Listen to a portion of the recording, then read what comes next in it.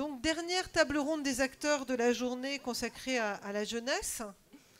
Jeunesse et ruralité. On a vu que la jeunesse, c'est effectivement dans les débats de toute cette année sur la ruralité une des préoccupations, et c'est aussi une préoccupation forte du Conseil général, avec un travail de fond qui est mené. Christian Provost, vous êtes vice-président en charge de cette question de la jeunesse et de l'éducation populaire. C'est vous qui vous pilotez politiquement ce dossier. On a plaisir à vous accueillir à cette table ronde. Et comme je sais que vous avez une obligation d'ici quelques minutes, vous ne pouvez pas rester malheureusement plus longtemps avec nous, mais que votre directrice du service jeunesse, Virginie Poulain, est déjà installée au pupitre pour présenter quelques éléments et répondre à des questions aussi sur ce sujet si on avait besoin. Je vais déjà vous laisser en guise d'introduction nous dire pourquoi cette priorité dans ce département des Côtes-d'Armor sur la jeunesse, puisqu'on a vu que finalement il y a plein de jeunes qui venaient s'installer là et que finalement tout avait l'air d'aller pas mal, non? C'est pas aussi simple la réalité? Alors, le président... C'est bon, ça marche, je touche à rien. Le président Le Breton, effectivement, dans son introduction, a réaffirmé combien, à côté du thème de la ruralité, la politique jeunesse était un enjeu... Vous mettre un peu plus fort le son, s'il vous plaît. Était un enjeu véritablement de société, et en particulier dans la singularité de ce qu'on verra du paysage costarmoricain. Alors effectivement, la demande politique n'était pas sur le rapport entre jeunesse et ruralité. C'est aujourd'hui un des premiers croisements que l'on fait sur ces deux thématiques qui sont, comment dirais-je, inscrits dans la volonté politique départementale. Effectivement, une politique jeunesse, pourquoi? Il semblerait, la dame qui était à la première table ronde parlait un petit peu des propos de Michel Serres relatant la notion de crise. Il semblerait qu'aujourd'hui, dans cette société qui est un petit peu dans un certain, je ne sais pas quel mot, errance, on va dire, que la jeunesse, aujourd'hui, a beaucoup de mal à trouver sa place dans le monde d'aujourd'hui.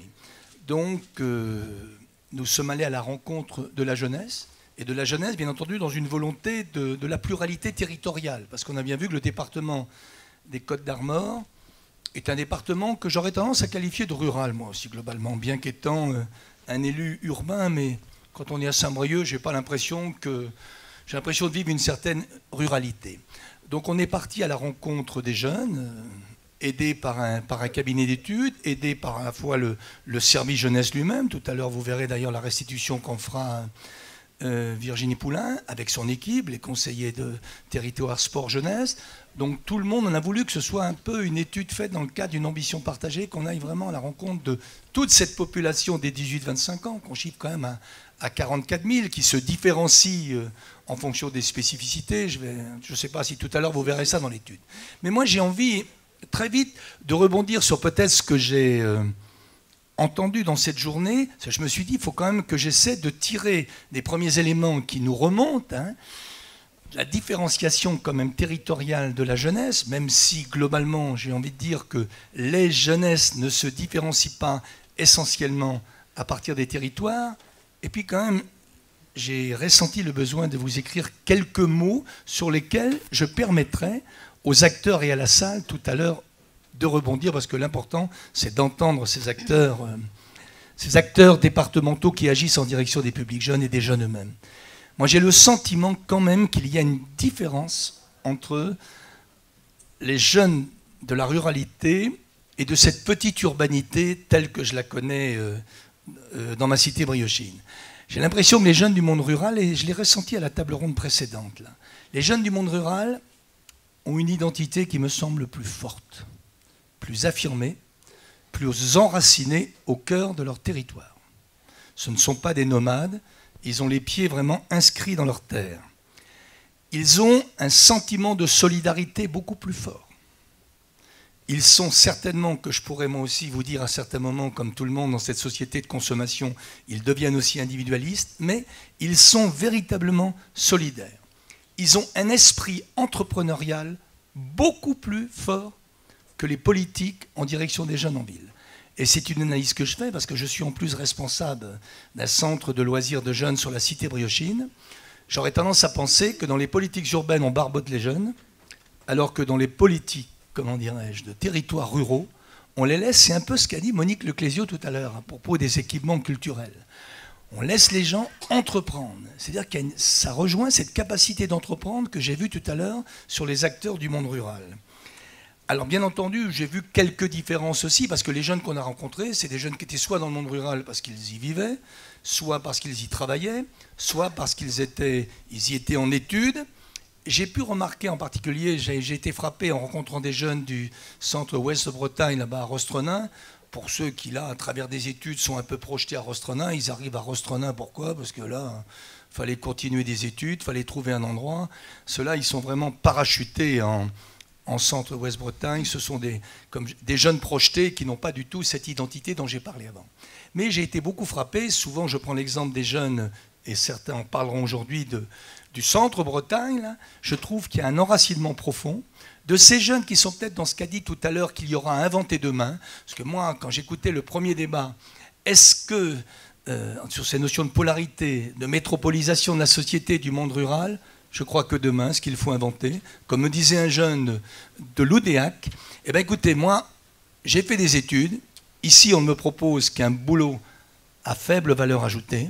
Se posera donc la question de tous ces jeunes qui ont acquis une certaine des compétences, des qualifications à travers des diplômes. Il faudra bien réfléchir à l'adéquation qu'il doit y avoir, car les jeunes vivent en grande souffrance cette inadéquation, cette déqualification de leur diplôme. Mais il me disait, s'il faut aller travailler à la métropole de Rennes 4 jours dans une semaine de 30 heures, et revenir, comment dirais-je, passer 3 jours dans mon territoire, dans ma vie avec les copains, les copines, vraiment là où je suis, où est mon identité, c'est peut-être ça qu'il faudra inventer demain. Et moi, j'ai l'impression qu'à travers les différents débats que j'ai entendus dans cette journée, eh bien, c'est peut-être comme ça que j'aurais tendance à considérer que cette jeunesse rurale, puisqu'aujourd'hui c'est dans ce rapport avec la ruralité, va être en mesure peut-être, c'est sur elle qu'il va falloir prendre appui, parce que je les sens vraiment fortement accrochés à une identité. Merci. Et je crois que, juste pour finir, je dirais, ce qui a été dit un peu, c'est une forme de...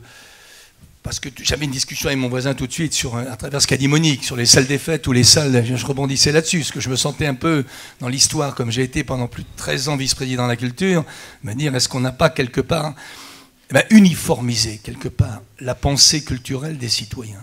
Et qu'aujourd'hui, une forme justement, sans s'en rendre compte, je dirais presque une forme d'endoctrinement bourgeois d'une société qui a fait en sorte qu'on soit sur les mêmes schémas de pensée, qu'il soit culturel ou autre chose, mais la métropolisation, comme a dit le président Le Breton, c'est le système capitaliste qui a voulu ça, et la culture a choisi le même cheminement, une pensée unique. Et je crois qu'aujourd'hui, l'enjeu de demain, et les jeunes pour moi en sont l'âme particulière, ce sera redonner vie à l'identité rurale dans cette complémentarité que le monde de demain devra construire. Merci Christian Provost pour cette impulsion de cette table ronde consacrée à la jeunesse et au sens que vous y mettez. Je vais laisser Virginie Poulain, donc directrice du service jeunesse. Chef du service. Chef du service. Oui, oui. Chef du service jeunesse, responsable du service jeunesse, présenter. Alors, c'était un travail, il y a eu 2 enquêtes. Voilà. Il y a eu deux enquêtes, une enquête, une étude, enfin bon bref, pour essayer de vraiment consulter au maximum les jeunes. On va pas, évidemment, vu le nombre de pages, je les ai vues ces études. Alors c'est bien, elles sont disponibles, on peut se les procurer en ligne. Elles sont même à disposition là-bas. Donc on va laisser à chacun le temps plus tard de consulter. On va juste donner 2-3 éléments clés en faisant, 5, 6, 10 minutes, c'est vraiment beaucoup parce qu'on a pris plus d'une demi-heure de retard. Donc on va faire vraiment très très court sur 2-3 enseignements, pas trop revenir sur la méthode, ça me paraît pas l'objet, pour lancer le débat et surtout entendre les acteurs pour voir quelles sont leurs attentes, leurs besoins, les difficultés qu'ils rencontrent au quotidien. Bon. D'accord. Je vais essayer de m'adapter. Voilà. On fait tous ça. C'est la vie. On s'adapte. C'est dur. C'est ça. Alors effectivement, je vais vous présenter de façon du coup assez synthétique la situation des jeunes costarmoricains, et puis je voulais également vous présenter la redéfinition de la politique jeunesse. Donc je vais essayer de fusionner les deux, mais d'une façon rapide. Donc premièrement, le contexte dans lequel a été envisagée cette redéfinition, la finalité, la redéfinition de la démarche, et puis les enjeux qui émanent, qui se dégagent du diagnostic et des rencontres effectuées avec les jeunes. Donc un contexte, le vice-président l'a rappelé, un discours du président du Conseil général en mars 2011 qui place la jeunesse au même titre que la ruralité au cœur des priorités politiques. Donc cette priorité qui vient en écho à un contexte économique et social mouvant, que l'on connaît, hein, qui perdure déjà depuis quelques années et qui rend difficile la prise d'autonomie du jeune. Donc je passe, hein, vous pouvez le lire du coup. Donc une nécessité que le département se saisisse de cette question-là et puis redéfinisse un projet plus global pour et avec les jeunes et puis réoriente son intervention en direction des jeunes de 18 à 25 ans. Évidemment, les tranches d'âge inférieures et supérieures ne sont pas laissées de côté puisqu'ils sont pris en compte au titre d'autres politiques du Conseil général, l'action sociale, le logement, le transport, l'insertion. Le département des Côtes-d'Armor, dernier recensement de 2008, 44 600 jeunes à peu près, entre 18 et 25 ans, qui sont répartis de la façon suivante. Hein. On le voit au bénéfice, évidemment, du territoire de Saint-Brieuc, puisque c'est un centre urbain, et c'est là que se concentre également le plus gros pôle de formation. 44 600 jeunes, c'est à peu près 7,7% de la population totale du département. C'est un peu en dessous du ratio régional qui est aux alentours de 9,5, on va dire, et puis du ratio national qui est plus aux alentours de 10%. Parmi ces 44 600 jeunes, il faut savoir que 9 000 jeunes n'habitaient pas dans le département 5 ans auparavant. Ils sont venus en tant qu'actifs occupés, ils sont venus en tant qu'étudiants lycéens, et puis un peu plus à la marge en tant qu'actifs au chômage. L'évolution de cette population, hein, âgée de 18 à 25 ans, alors il y a une petite erreur, entre 1999 et 2008, une évolution à la baisse, hein, on est à de l'ordre de 3%. Entre 1999 et 2008, alors que le reste la population du département a plus tendance à augmenter, donc un peu un vieillissement de la population. Donc, une relative stabilité de l'évolution sur le territoire de Saint-Brieuc, on est à plus 0,2%. Par contre, une forte diminution, vous le voyez, sur les territoires du Trégor-Gouello et puis de Dinan, de l'ordre de plus de 6% de la population des 18-25 ans. La situation du coup de ces 44 600 jeunes, vous voyez un taux d'activité assez important, hein, 67% si on prend les actifs occupés et les actifs inoccupés, donc au chômage. 67% qui peut être lu en miroir du faible taux de scolarisation que l'on constate dans le département. Plus d'un jeune sur deux a quitté le système scolaire et près de la moitié des 18-25 ans sortent du système scolaire sans diplôme ou avec un diplôme qui est inférieur au baccalauréat. Voilà, donc en emploi à peu près 24 000 jeunes, au chômage environ 6 000 jeunes, le reste en tant qu'étudiants ou lycéens, et puis on estime à peu près à 3% le pourcentage de jeunes qui est en errance, sortis du système, ou bien scolarisés dans des établissements spécialisés. En ce qui concerne les actifs occupés, alors un taux de chômage quand même, j'y reviens, un taux de chômage qui est relativement important mais qui est inférieur quand même au ratio national, et un taux de chômage qui touche particulièrement les jeunes femmes et puis le territoire du Trégor-Gouello. En ce qui concerne les actifs occupés, vous voyez une grande partie quand même, plus de la moitié des actifs occupés en emploi en CDI, 31% en CDD, le reste sur des emplois aidés, contrats d'apprentissage et travailleurs indépendants. Comment je peux dire ça, il y a parmi les personnes en CDI, CDD, une grande part qui est sur des tâches d'ouvriers, en particulier sur les territoires de Centre-Bretagne et Centre-Ouest-Bretagne, ouvriers et puis employés. Peu, du coup, à l'inverse, peu de professions de cadres et de professions intellectuelle supérieure, et puis on le voit, des jeunes qui sont quand même à 31% dans des emplois précaires à durée limitée, et puis à 19% sur des emplois non complets.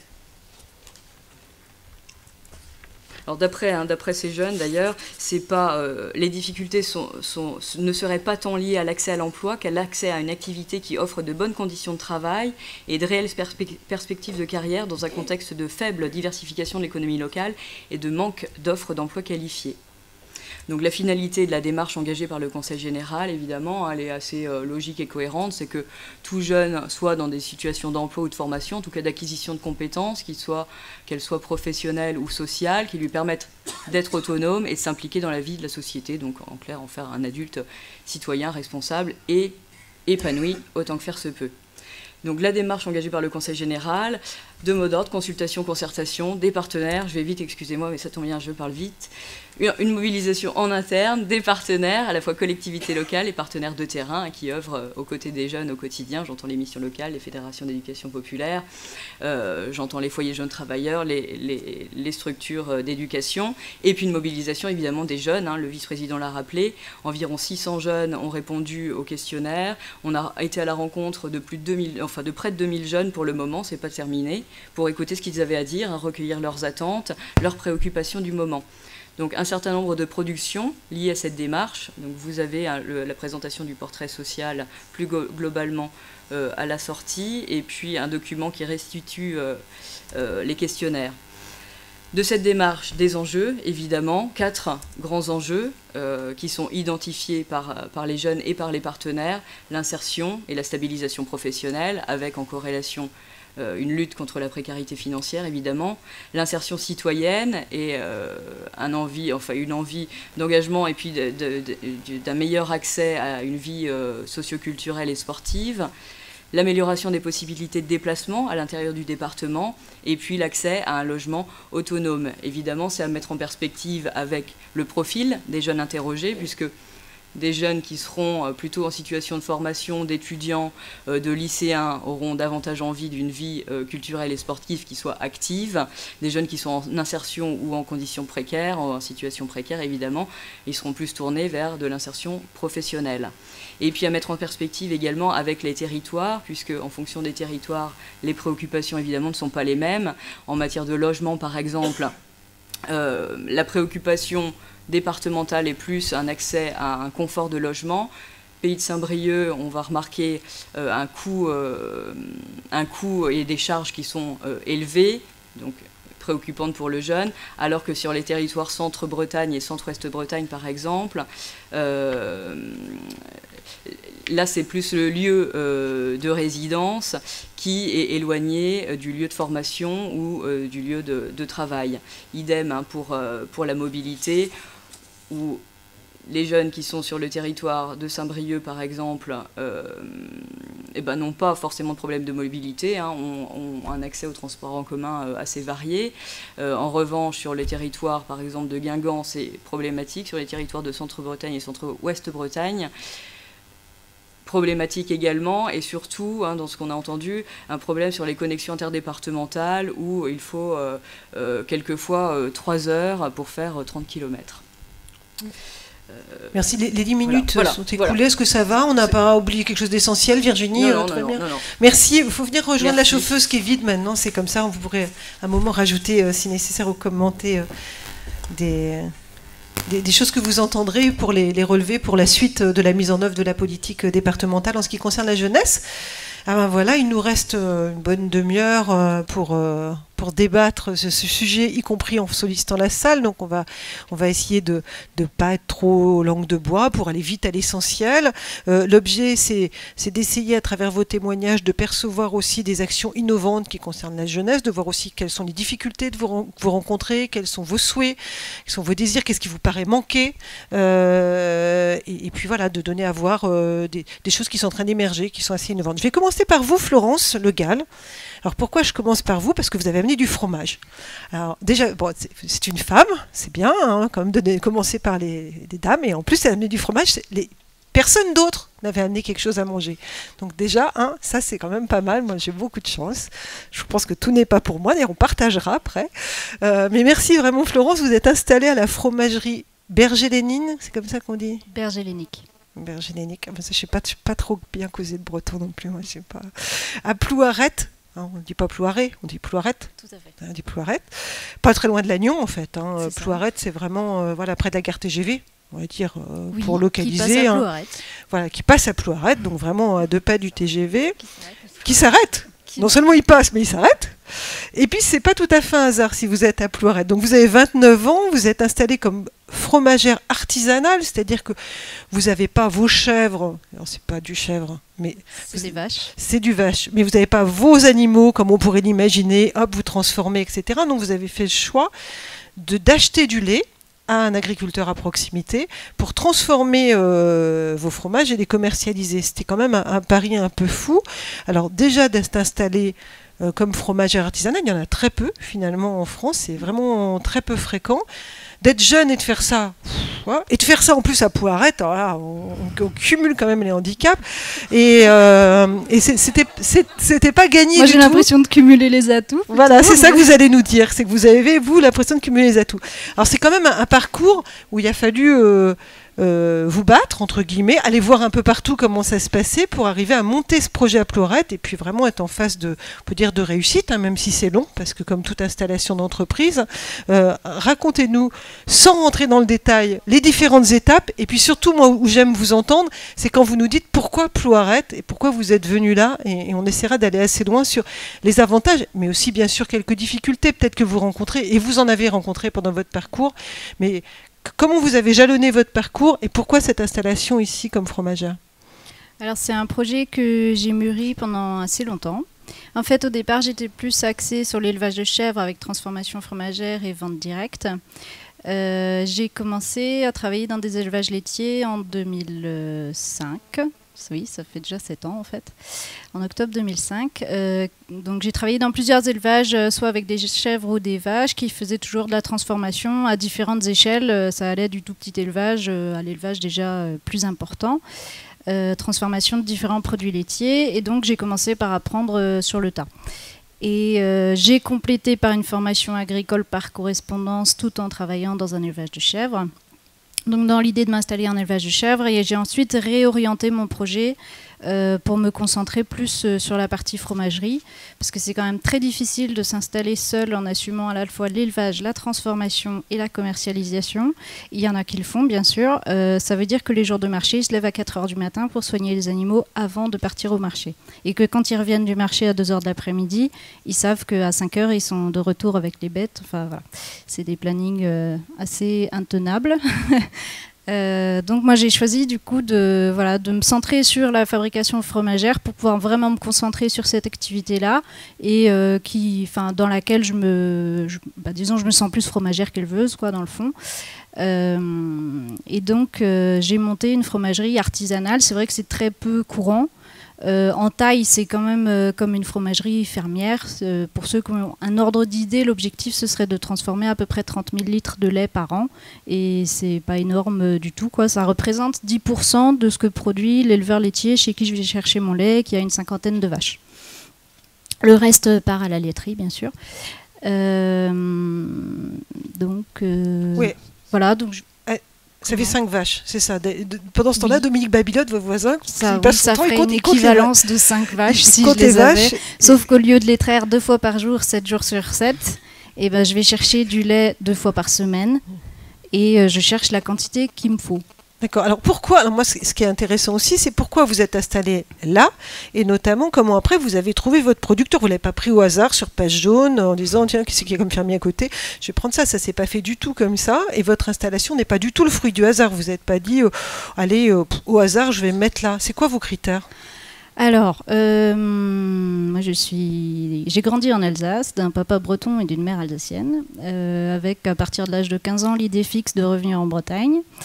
Et donc dans mon projet d'installation, pour choisir la zone, déjà j'ai pris la frontière linguistique parce que j'ai envie de vivre dans un secteur où on parle breton, parce que pour moi c'est très important. Et plutôt le nord de la Bretagne que le sud, parce que le sud, je pense, ça ne m'attire pas. Et ensuite, ma famille est plutôt du centre Bretagne, mais je me suis vite aperçue que ce n'était pas un endroit propice pour ce type d'installation. Parce que sur les marchés du centre Bretagne, en densité de population, en niveau de revenus et quels produits recherchent les gens, je me suis dit ça va être très très galère de vendre des petits fromages à 2 € et quelques, alors que les gens ils achètent du camembert président à pas cher chez Super U. Donc, du coup, je me suis dit, bon, va falloir se rapprocher. On enlèvera les marques pour l'enregistrement. Du camembert bup. C'est ça. Voilà. Donc du coup, je me suis dit, bon, la campagne, parce que c'est quand même bien la campagne que je recherche, mais me rapprocher un peu de la côte et de villes moyennes dans lesquelles il y aura plus de potentiel pour la vente, quoi. Sans vouloir chercher les métropoles, mais au moins avoir une densité de population importante, et notamment avec l'Agnon, où il y a aussi un pouvoir d'achat qui est un peu plus élevé, et des gens qui recherchent, qui sont plus dans une logique de recherche de produits de qualité et bio, quoi. D'accord. Et vous avez trouvé des partenaires, à la fois bien sûr l'agriculteur qui vous fournit, et puis d'autres producteurs avec lesquels vous avez justement des collaborations, des échanges. J'ai l'impression qu'il y a une dynamique pour vous qui est arrivée d'ailleurs, d'un autre territoire d'Alsace. Comme jeune ici, vous avez l'impression que ça a été assez facile de vous installer là et de trouver l'agriculteur, ou comment ça s'est passé? Pour trouver l'agriculteur, j'ai pris la liste des agriculteurs bio du secteur, et puis j'ai pris contact, j'ai appelé en expliquant mon projet, en posant des questions, eux, sur leur élevage, la façon dont ils élèvent les animaux, etc., pour voir si c'est compatible avec la transformation au lait cru, où il y a quand même des exigences plus importantes que pour livrer à la laiterie qui va faire des produits au lait pasteurisé. Et donc, au fil de ces discussions et rencontres avec des éleveurs, j'ai rencontré un éleveur avec qui le contact est très bien passé, qui, au niveau de la façon d'élever les animaux, correspond très bien à ce que je recherchais en fait pour ma transformation fromagère, et qui est très enthousiaste pour le projet, et ça c'est super important, puisqu'il y a forcément des petites contraintes en plus, parce que le jour où je viens chercher le lait, j'arrive avec ma remorque avec le tank à lait qui est posé dessus derrière mon kangou, il faut qu'on le mette ensemble dans la laiterie, enfin moi il y a forcément un peu de travail en plus, donc il faut que l'agriculteur il sente un intérêt pour ce projet, quoi. Sinon c'est pas la peine, il n'admettra pas ces contraintes supplémentaires, quoi. Merci Florence. On reviendra tout à l'heure dans les questions croisées sur par contre les avantages que vous trouvez être là où vous êtes. Vous êtes un peu venu sur ce champ-là dans notre discussion, mais sur les difficultés que vous avez rencontrées, notamment dans l'accompagnement au moment de la création, et surtout dans le suivi après aussi, où c'est un peu compliqué. Mais je vais laisser la parole à votre voisin, et puis on reviendra de façon croisée là-dessus pour voir si ces difficultés que vous avez rencontrées, elles sont partagées. Dominique Babilotte, alors on vous connaît bien comme acteur local, on va dire. Vous travaillez comme responsable d'une coopérative d'activité et d'emploi. Et ça, c'est bien qu'on le sache et nous en parler, qui s'appelle Avant-Première, mais c'est pas pour ça que vous êtes là aujourd'hui. Donc voilà. C'est bien qu'on sache ça. Ça peut donner justement en lien avec ce que vient de dire Florence, ce sera ma première question, puisque vous pilotez cette coopérative d'activité et d'emploi. Est-ce qu'il y a d'autres jeunes qui s'installent en venant d'ailleurs pour créer de l'entreprise? Est-ce qu'il y en a des entreprises comme celle-ci ou d'autres, ou est-ce qu'il y en a finalement peu? Et est-ce que justement la coopérative d'activité et d'emploi permet à certains jeunes de s'installer plus facilement et que ce soit un peu moins le parcours du combattant? Est-ce que vous en avez dans votre public de la coopérative d'activité et d'emploi? Et après on viendra sur l'aspect spécifique pour lequel vous êtes là, sur la coopérative jeunesse de service. Alors il y a peu de jeunes qui s'installent, qui créent leur activité, que ce soit dans une coopérative d'activité ou de manière générale. Ils sont peu nombreux, hein. L'âge moyen de la création d'entreprise, c'est aux alentours de 40 ans. Donc, il veut dire qu'il faut attendre une certaine expérience, une certaine maturité, une certaine expérience salariée avant de créer son entreprise. Donc, on peut que se féliciter quand on a des jeunes créateurs. Dans les coopératives d'activité du département, nous avons à peu près 15% de jeunes. Alors, jeunes chez nous, c'est moins de 30 ans. Ça tombe bien. Ça fait à peu près 15%. Par rapport à ce qui était dit tout à l'heure, ce qui est intéressant de noter, que j'ai regardé un petit peu avant de venir, c'est que ce sont des jeunes qui sont prioritairement installés en milieu rural et qui créent leur activité en milieu rural avec un fort attachement à leur commune. Et on a très peu, pas à ma connaissance, peut-être une fois une jeune femme, qui venait de la région parisienne et qui a créé son entreprise par le biais de la coopérative. La plupart du temps, ce sont des jeunes du territoire qui veulent rester là, et pour rester là, qui créent leur propre entreprise. Ouais, c'est plutôt des jeunes du territoire qui créent leur entreprise pour pouvoir rester sur le territoire. Merci. Notre particularité par rapport à ce qu'il exposé sur les jeunes, c'est par rapport au niveau de qualification, au niveau de formation. Beaucoup de ces jeunes n'ont pas le bac.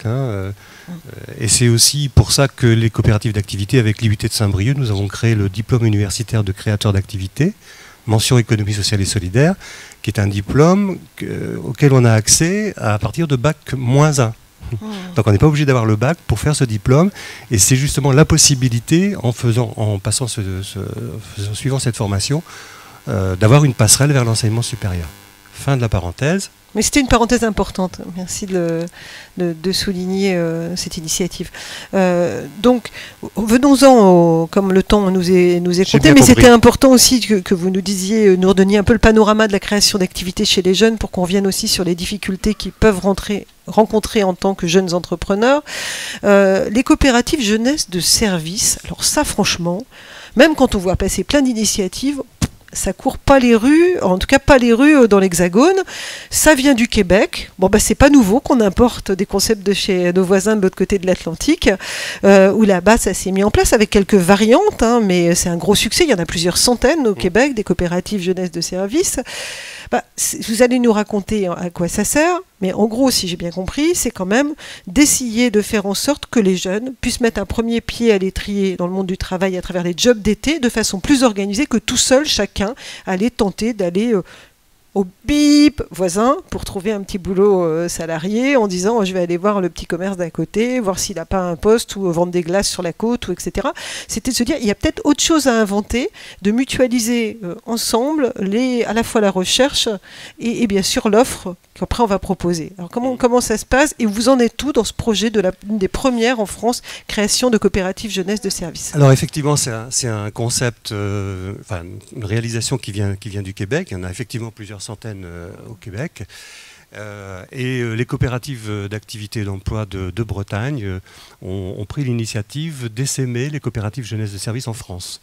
Et donc on va être les premiers à créer, et je peux l'annoncer aujourd'hui, puisque on a eu une réunion hier qui a permis d'entériner cela. C'est un scoop. Oui, c'est un scoop. On aura les premières coopératives jeunesse de service, et j'espère bien dans le département des Côtes-d'Armor, pour l'été 2013. On est là dans l'économie sociale et solidaire, et c'est un petit peu la réponse de l'économie sociale et solidaire à la problématique des jeunes, à la problématique de la ruralité et à la problématique de l'entrepreneuriat. Donc les coopératives jeunesse de service, ce sont des vraies coopératives, des vraies créations de structures, mais créées par des jeunes. Et quand on parle de jeunes, on va parler de jeunes à partir de 14 ans, puisque là aussi c'est le travail qu'on a fait qui a abouti hier avec la Direct Bretagne. La Direct, pour redire ceux qui ne sont pas des initiés. Direct, alors je sais plus même ce que sans ça veut expliquer dire, le mais sigle. Direction du travail, on va dire. Voilà, c'est ça. Voilà, on va dire ça vite parce que le sigle en clé, je ne sais pas. Donc on va pouvoir certainement accueillir des jeunes à partir de 14 ans. L'idée, elle est simple. Les jeunes, effectivement, l'été, pour trouver des jobs, vont faire actionner le piston familial ou amical. C'est comme ça que ça se passe. Donc on est dans une démarche totalement individuelle. Donc nous, on part de la démarche coopérative et on construit une coopérative avec un groupe de jeunes sur un territoire. Et de A à Z, on va monter un projet d'entreprise coopérative ponctuelle pour aller chercher collectivement du travail, à la fois pour se faire une rémunération, certes, mais aussi pour être dans un processus d'apprentissage de l'entrepreneuriat, d'apprentissage de la coopération. En fait, c'est ça qui est assez fondamental dans les coopératives jeunesse de service, c'est plutôt cet angle-là. Plutôt que d'aller chercher un job, c'est vraiment... On n'est pas en compétition les uns contre les autres. On est totalement en coopération de A à Z, c'est-à-dire qu'ils vont travailler ensemble pour créer l'entreprise, pour créer l'étude de marché, pour créer les produits, les prestations, réaliser les prestations, encaisser, faire la gestion et la compta. Évidemment, tout ça, ça ne se fait pas tout seul. Il y a un environnement. Ils seront encadrés par deux animateurs, un animateur économique et un animateur social, donc qui vont permettre à ces jeunes de réaliser le projet. Et puis, ils sont accueillis sur un territoire par un comité local. Le comité local est composé de particuliers, de structures, de collectivités, d'entreprises qui vont avoir envie d'accompagner ce groupe de jeunes pour que le projet aboutisse et réussisse. Donc, Ça, c'est un appel que je peux lancer aujourd'hui. On va lancer l'appel, on va lancer l'idée de lancer des coopératives jeunesse de service et on va avoir besoin de territoires pour faire les premiers tests, puisque l'idée, c'est d'expérimenter en Bretagne en 2013 et 2014 pour peut-être généraliser après à l'ensemble de la France. Alors, au Québec, par exemple, ils sont plusieurs centaines et il y a une banque spécialisée dans le financement des coopératives jeunesse de service. C'est assez génial. Et les réalisations... Alors les travaux, ce sont des travaux... Mais c'est ça, qui on va voir? Est-ce que ça peut être dépend des de l'âge, particuliers, par exemple, pour tourner sa pelouse hein? Tout à fait, ça peut être des collectivités qui font appel à des jeunes, ça peut être des particuliers sur des travaux d'entretien, de maisons, de jardins, de nettoyage de voitures, des petits travaux de ce type-là. Il existe aussi au Québec des coopératives jeunesse de services thématiques, par exemple, qui sont adossées à un festival. Donc un groupe de jeunes de 14 à 18 ans qui montent une coopérative et cette coopérative va être prestataire d'un festival. Ça aussi, donc, mes copains de la culture, là, qu'on travaille ensemble, il y a des choses assez intéressantes à faire, puisqu'en même temps que les jeunes vont participer au festival, à la création, enfin, à l'élaboration du festival, ils vont aussi participer à la création d'une entreprise, à la vie d'une entreprise. Donc tout ça, c'est de la pédagogie, c'est de l'apprentissage coopératif. Et c'est des choses que nous défendons fortement dans les coopératives d'activité. Merci Dominique Babiloto, on va rester là pour l'instant. Johan Boisardi, on va passer le micro. Voilà. Johan, vous deviez être accompagné avec Stéphanie. Elle est dans la salle, oui, Stéphanie je ne sais pas si elle est dans la salle, elle devait arriver. Ah ben, c'est caché, bien, Stéphanie, au fond. Il faut venir au premier rang, Stéphanie, merci. Alors voilà, vous êtes en tandem, hein, Johan Boisardi et Stéphanie Bizel. Johan, vous venez de finir vos études en informatique, spécialisée en e-learning. Ça, je le dis pour présentation, parce que ça n'a pas grand intérêt par rapport au sujet qui nous occupe. Il a eu son master, on le félicite, on peut même l'applaudir. Et puis Stéphanie Bizel, qui est en fin d'études d'assistante sociale, voilà. Et donc, vous avez monté, créé, vous faites partie de l'association CARAF, Culture avec un K, Actif Rural à Foison. Ça, c'est sûr que culture écrit comme ça, avec un grand K, actif rural à Foison. Au début, on se dit, tiens, ça, c'est forcément breton. Après, je ne sais pas trop si le à Foison est tout à fait breton. Et l'objectif, c'est d'essayer, là encore, comme dans le cas qu'on vient d'entendre pour les coopératives de services, de mutualiser, de créer une sorte de plateforme sur laquelle vous mutualisez plein de choses. Les projets, je ne sais pas comment vous faites, mais alors... Si on détaille tout, on en a pareil, jusqu'à la nuit, quoi. Voilà. Et comme il va bientôt faire nuit, ça va être très rapide.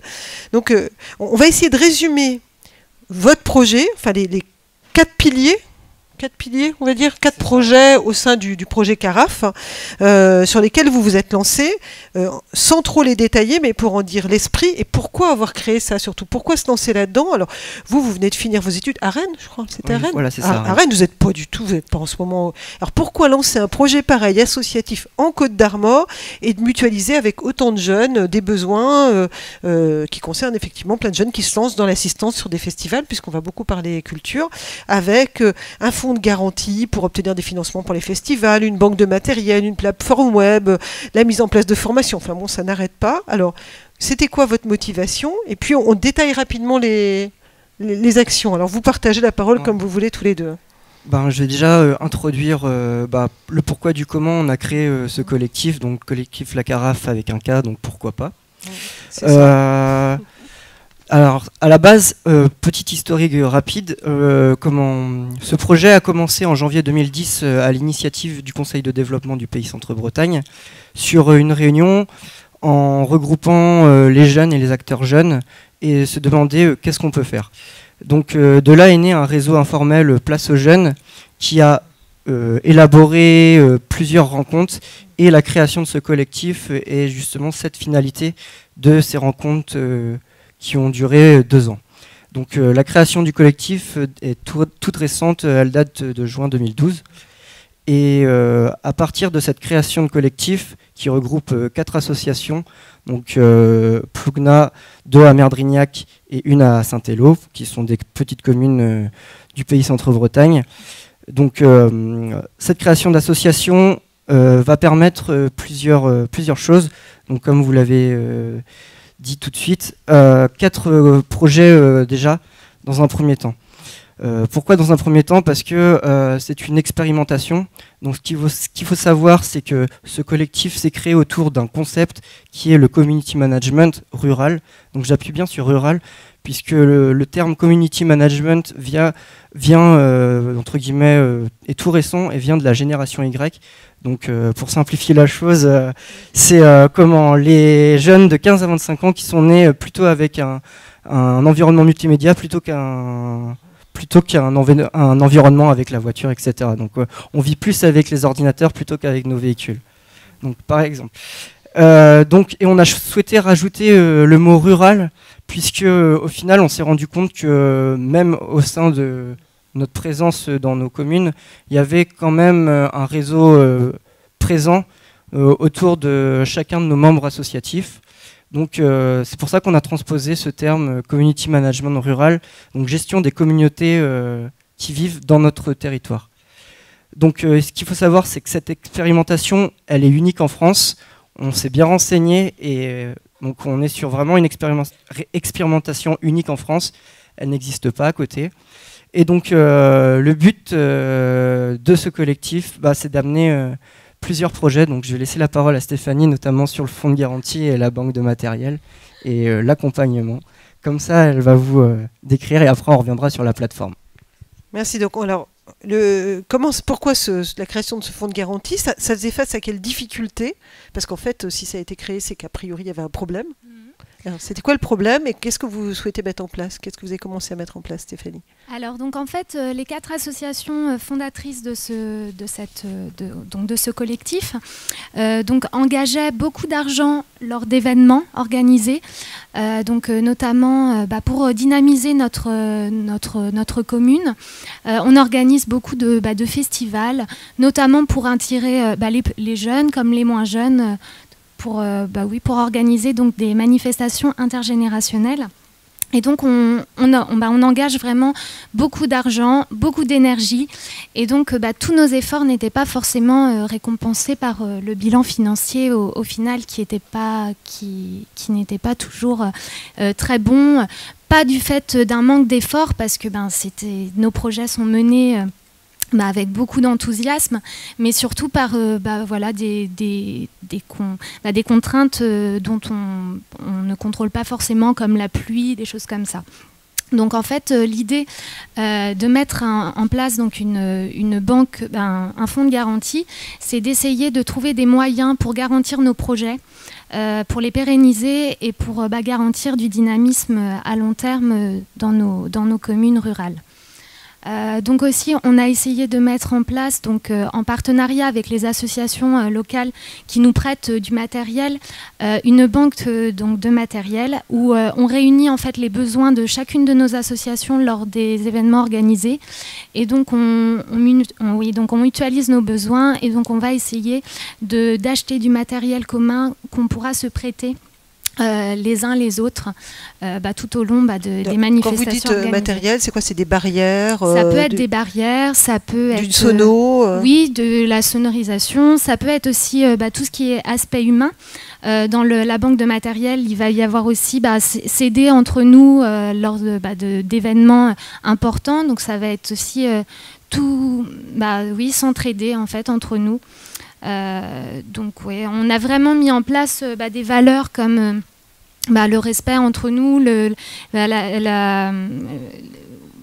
partage, parce qu'on est des petites associations, on a envie de faire bouger nos communes, et donc on essaye de s'entraider entre associations du mieux qu'on peut.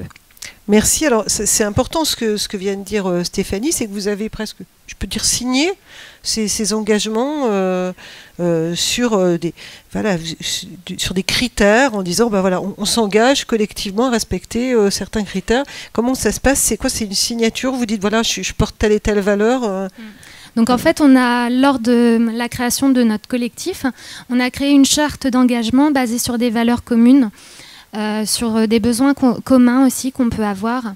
Et donc on a créé une charte d'engagement avec des valeurs bien définies. Et donc chaque association qui souhaite adhérer à notre collectif doit signer cette charte d'engagement et doit nous présenter aussi au conseil d'administration ses motivations, pourquoi il souhaite adhérer au collectif.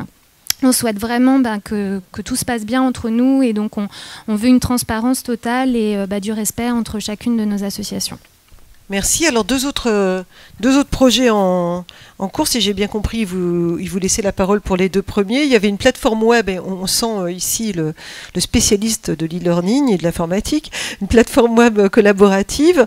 Alors pourquoi est-ce que normalement, pour vendre des billets sur les festivals, il y a tout ce qu'il faut? Il y a des structures, France Billets, je sais pas quoi, enfin tout ça, là, ça marche très très bien. Je vois pas pourquoi vous allez vous embêter, vous, alors que tout existe, à recréer une plateforme pour acheter en ligne, par exemple, les billets pour les différents festivals des associations qui font partie de votre collectif. C'est quoi le fondement? Alors, spécialiste, je sais pas. Donc, oui, cette plateforme, elle a été créée donc, dans le but, avec plusieurs objectifs. Donc, il y a déjà eu une première version précédemment qui a servi de test, entre guillemets, et de voir qu'est-ce qui pouvait se faire et qu'est-ce qui en découlait autour de cette plateforme. Donc, avec le recul, on a pu constater que cette plateforme servait vraiment à une chose, c'est que dans nos associations, on a des jeunes qui partent en études à l'extérieur du territoire et que malgré tout, cette plateforme servait en lien avec ce qui existe déjà, les réseaux sociaux, etc.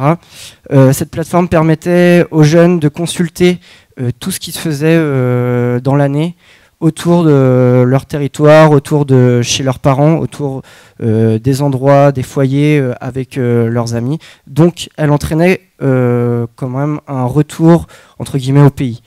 Donc ça c'était la première motivation. Ensuite, on s'est plus tourné sur une plateforme qui nous permettrait d'avoir des services, donc notamment comme vous l'avez souligné, d'achat en ligne. Puisque pareil, nous petits festivals, on n'a pas d'autre moyen que de mettre en place mettre en moyen nos places en vente dans les commerces locaux.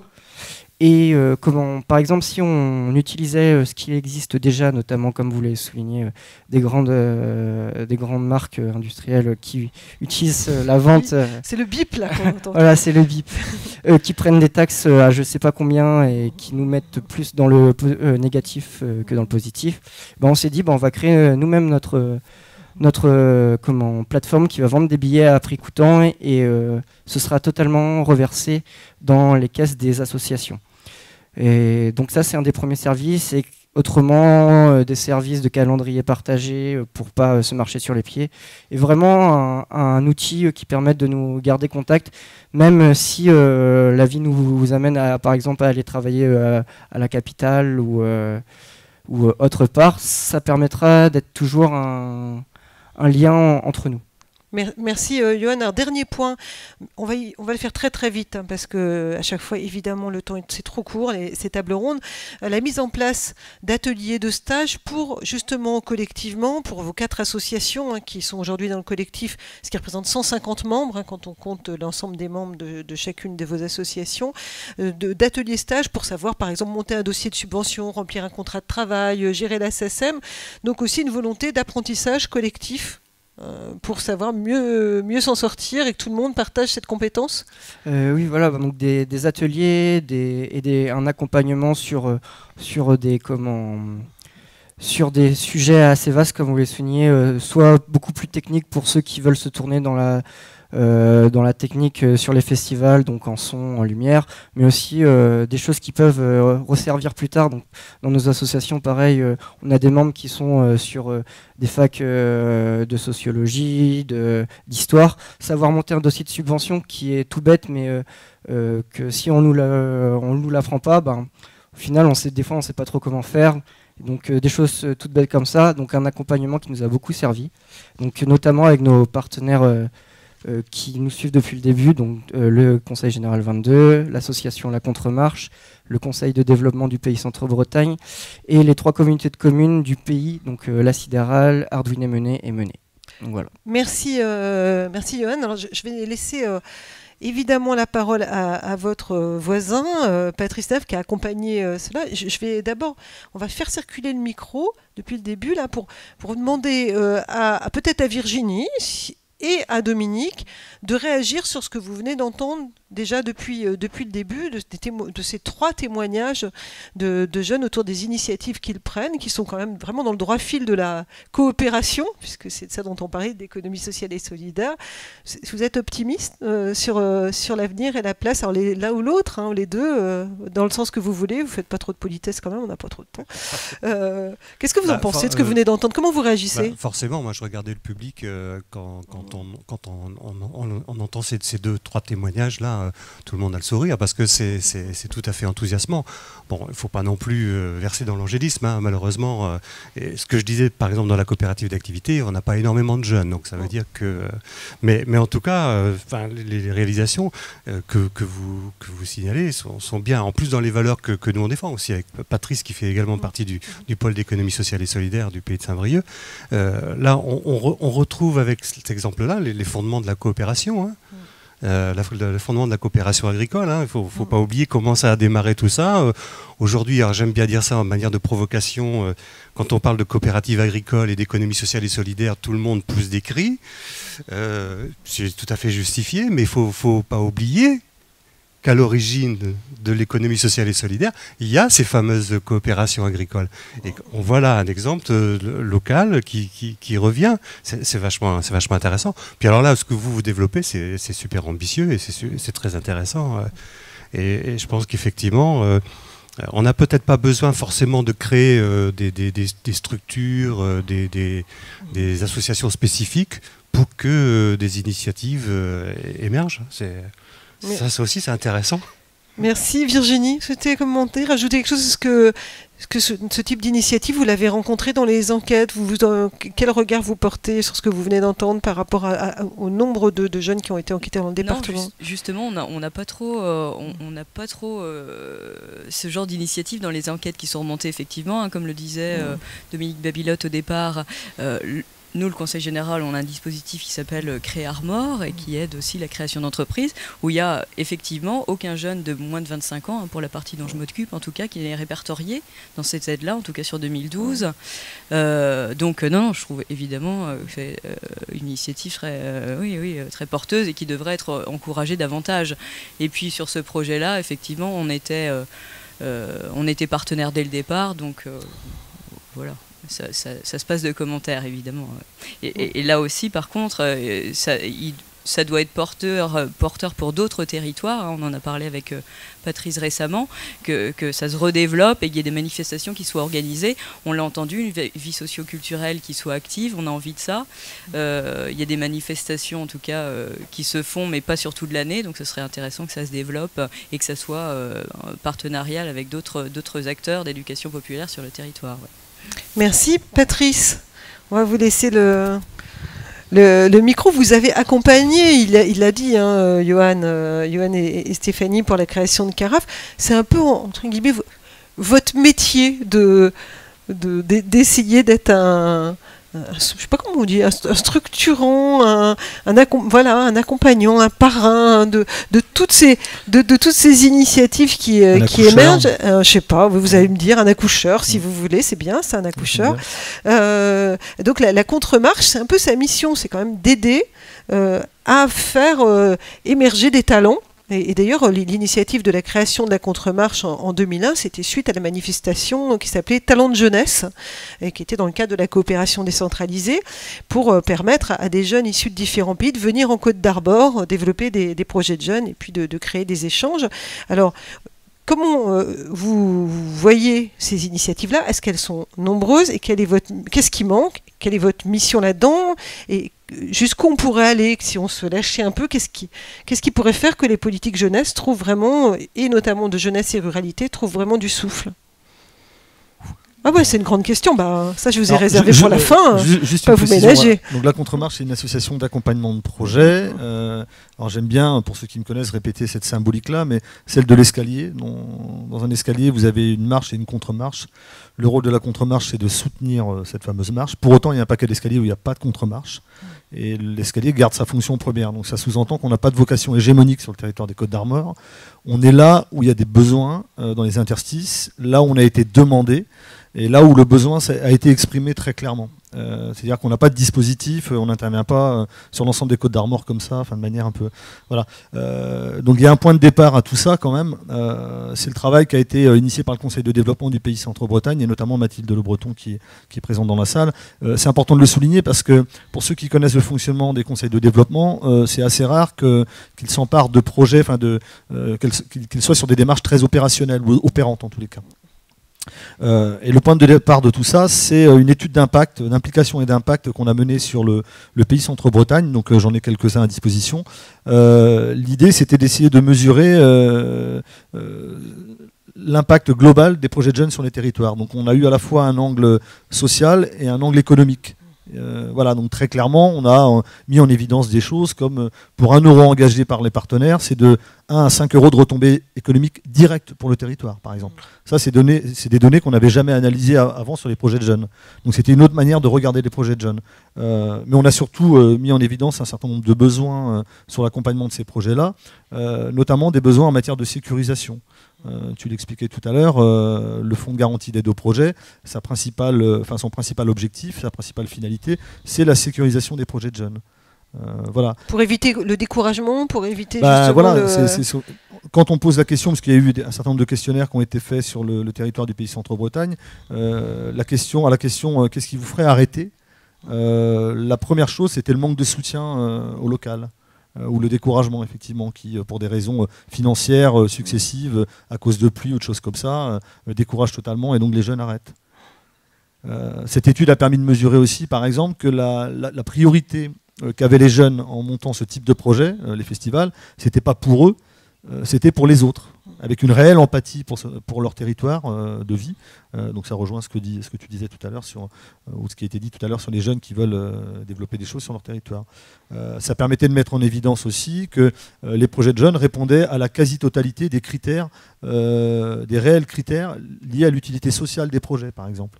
Puisque l'utilité sociale, il a fallu la normer pour essayer de comprendre ce que c'est. Et quand on regarde tous ces critères-là, les projets de jeunes rentrent dedans, et donc on peut démontrer que ces projets de jeunes produisent de l'utilité sociale sur le territoire. Donc ça a été un peu le point de départ de tout ça, c'est ça en fait. Bon, alors vous qui êtes un observateur quasi au quotidien, un accompagnateur, et la contre-marche des projets des jeunes sur les territoires, vous avez quel regard sur l'avenir? Vous pensez qu'il manque quoi? Comment ça va? Quelle situation Non, il manque rien. Tout va bien. Moi, je suis hyper optimiste en fait. Christian, Christian a quasiment tout dit dès le départ. C'est vrai qu'il y a une particularité en milieu rural, c'est que dans l'absolu, c'est souvent le désert en milieu rural. Il n'y a pas de structure professionnelle d'accompagnement des jeunes, ou très peu en tous les cas. Donc souvent, les jeunes ont tendance à se prendre en charge eux-mêmes. Donc moi, je suis hyper optimiste sur la manière dont les choses se passent, parce que ils sont pétris de talent, pétris d'idées. Ils ont une motivation à toute épreuve. Avant vraiment que les projets de jeunes s'écroulent, ou en tous les cas ces jeunes-là s'écroulent, il faudrait vraiment beaucoup de barrages en tous les cas. Donc moi je suis plutôt optimiste. Ce qui peut manquer, on l'a vu en mettant ce dispositif en place c'est la 3e année.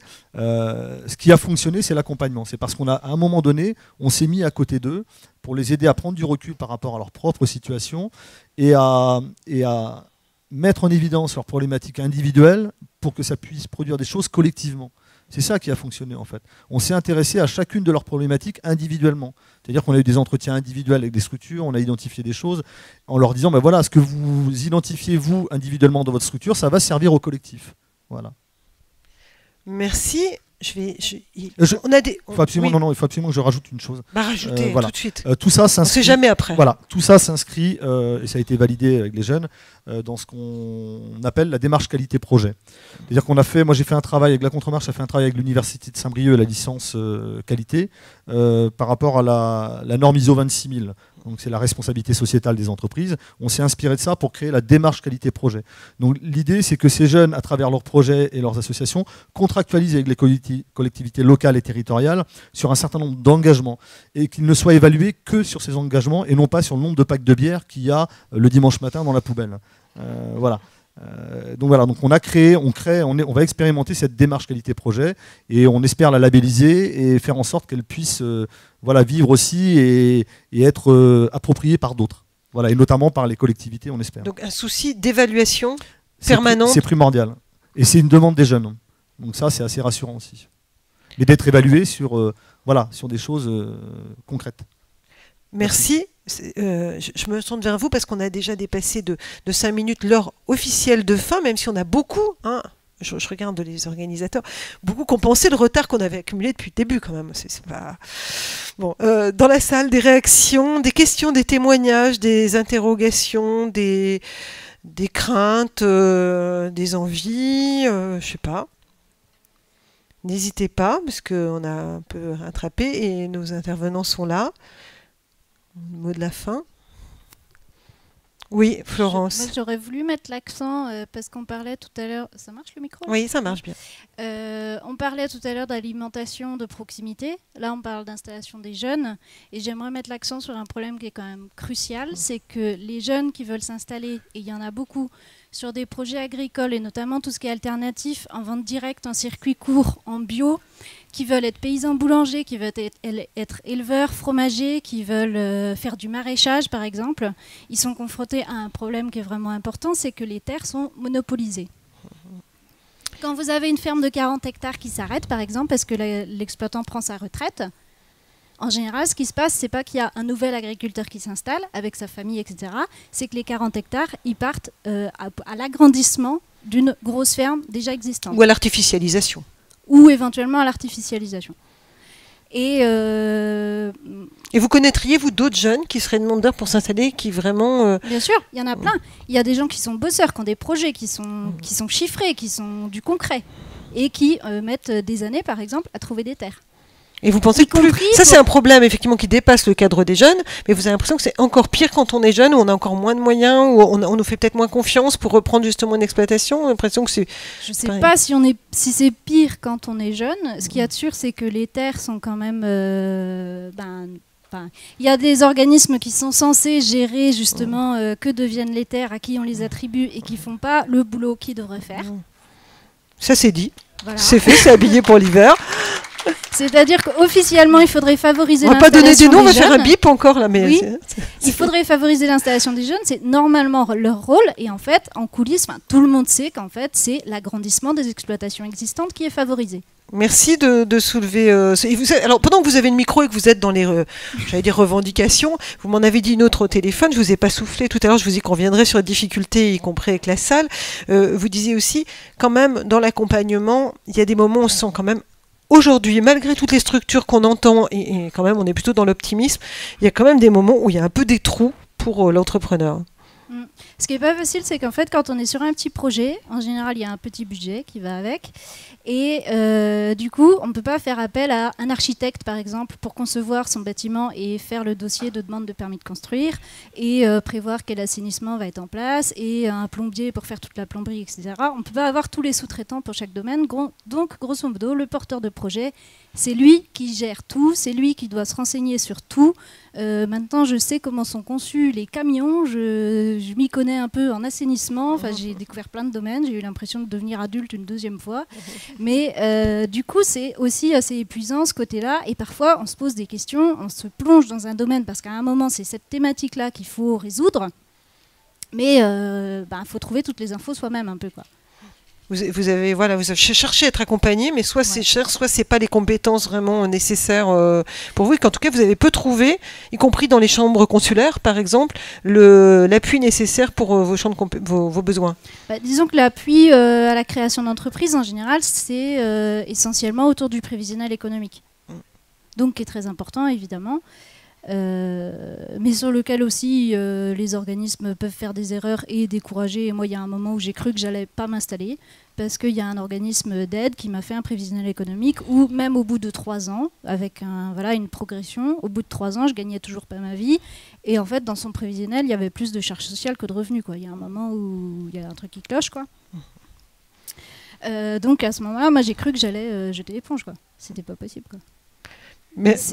C'est des phases qui sont assez difficiles, mais les organismes d'aide, ils vont pas vous dire bon, alors pour l'assainissement des eaux blanches, je me suis renseigné pour vous, alors en fait le meilleur système ce serait de faire ça ou ça, quoi. Ça, c'est le créateur d'entreprise qui doit aborder et vraiment toutes les facettes, et ça demande d'être très très polyvalent. Alors c'est très enrichissant, mais ça demande d'avoir les reins solides aussi, quoi. Merci Florence, et on voit que vous les avez, les reins solides. Est-ce qu'il y a des questions? Oui. Voilà, merci. Là. Voilà, ça y est, je vous ai vu. Donc, Stéphane Lair, moi je suis responsable d'une association d'éducation populaire, mais je suis un peu hors sujet aujourd'hui, hein, je suis en milieu urbain. Non mais vous êtes bienvenue quand même. Hein. Et, je sais bien, merci. Et je m'occupe plutôt, enfin les jeunes qui fréquentent nos structures sont plutôt des jeunes qui ont moins de 18 ans. Mais je ne vais pas totalement être hors sujet quand même. Moi j'avais donc 2-3 observations. Je suis preneur de la coopérative jeune, y compris en milieu urbain.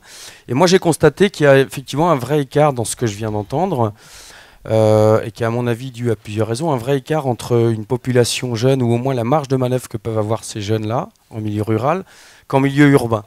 Je m'explique, hein. Il existe beaucoup de clubs des jeunes. Les jeunes ont appris en milieu rural à se prendre en charge, à négocier, à discuter avec les élus. Et en milieu urbain, probablement lié à une professionnalisation des structures jeunesse aussi, quelque part, on n'a pas cette culture-là. C'est-à-dire qu'on est vraiment dans des politiques un peu différentes. Et moi, je constate que les jeunes ont des difficultés à se prendre en main. Et je pense qu'on en est un peu en partie responsable des fois. Alors, on ne va pas noircir le tableau, nos postes sont quand même importants, et nos missions aussi. Mais voilà, ça c'est une vraie première différence, je trouve. C'est qu'en milieu urbain, on a une vraie difficulté de mobilité des jeunes, et on a une vraie difficulté d'accès à l'autonomie et à la citoyenneté. Probablement par la professionnalisation, mais aussi par le fait que ce soit des grands ensembles. La deuxième raison à ça, c'est que je pense que dans les collectivités ou les politiques publiques, ce statut de la jeunesse un peu, ou cette espèce d'âge un peu comme ça, c'est qu'il y a une vraie ambivalence dans l'approche des politiques publiques de ces jeunes-là.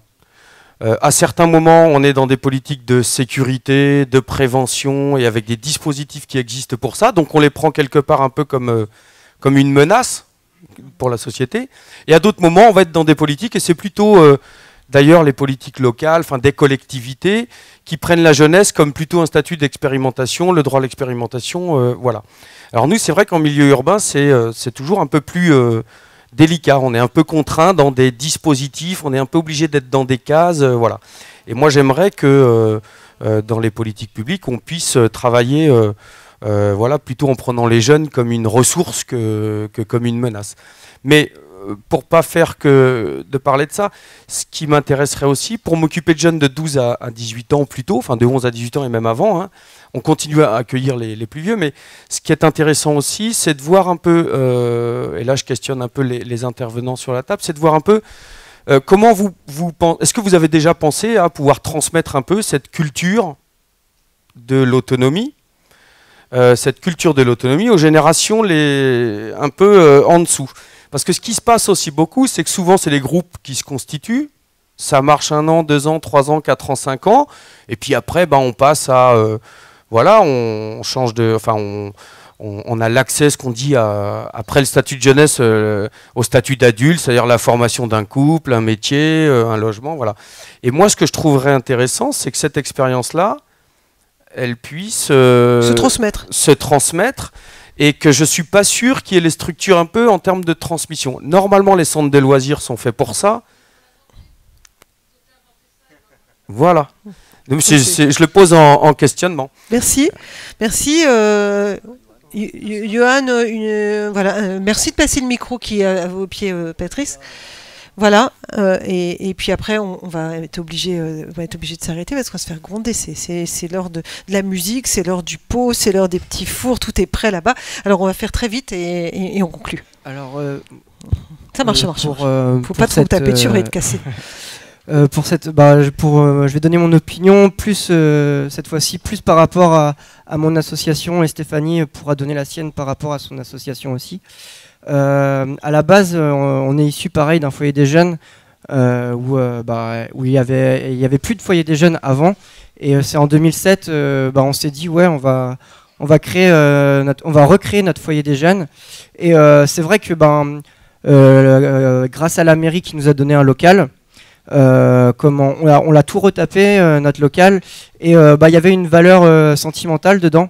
Donc, parce qu'on l'avait aménagé avec notre propre vision, etc. On avait fait des graphes, on l'avait vraiment bien aménagé. Et c'est vrai que maintenant, à l'époque, on avait 17 ans, 16 ans. Maintenant, on en arrive sur les 23, 24. Et c'est vrai qu'on a envie de transmettre ce local qui a quand même une valeur sentimentale pour nous. Donc ce qu'on a fait, c'est pareil, on a été voir les jeunes de la commune, ça passe par les forums des associations, mais ça passe aussi par des événements informels comme les festivals du coin où toutes générations sont confondues se regroupent. Et c'est vrai qu'on a accueilli des nouveaux jeunes, entre guillemets. Et là, actuellement dans notre foyer, on est arrivé à la 4e génération. Et comment ce lien se fait par l'échange déjà, parce que c'est vrai que on aime bien échanger sur tout et rien, sur des futilités ou alors sur des choses importantes.